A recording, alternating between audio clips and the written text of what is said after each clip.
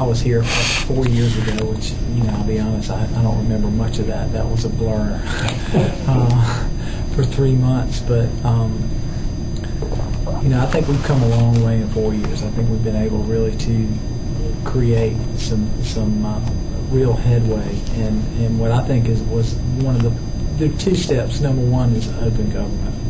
I really do believe today, where we are, we have more opportunities for our citizens to be involved in the system.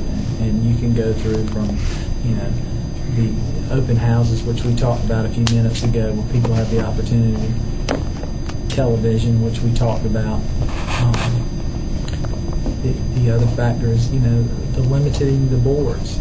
That was something that I pushed, because that was one of the things that when I was running, that people told me that, we want to be involved, but we don't have the opportunity because it's a closed process. It's just the same people and we saw a big rotation out, and there were a lot of fears from folks when we did this process, and I think the process worked very well. We had more applications than we ever had before, and that was before it went in the newspaper.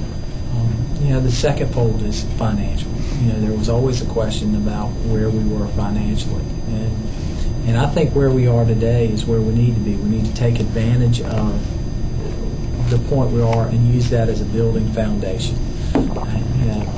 One of the things about 2 years ago when we had the audit committee, and Tamika and I, is where we kind of discovered there were some inconsistencies in the numbers, and that's when we felt like it was time to get a CFO in there, and let's dig deep into where we are today.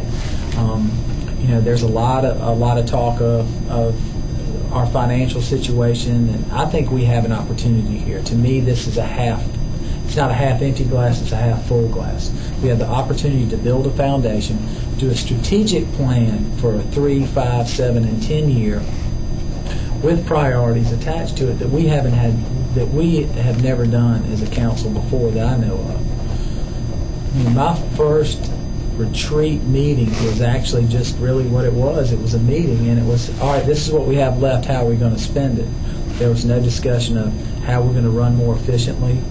How are the projects that we invested? Have we seen a return on our investment? And when I say return on my investment, I'm not talking about always being a lucrative cash deal, but more of, did it help spur growth in an area? Do we really see the end results, which was the goal?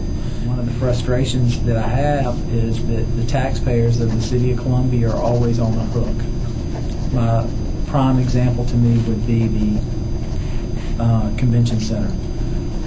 We have the different counties participating, but they're only responsible for the bond payment. If that convention center would ever lose money, the only people who would be responsible for that is the City of Columbia taxpayers. Just like the TIF.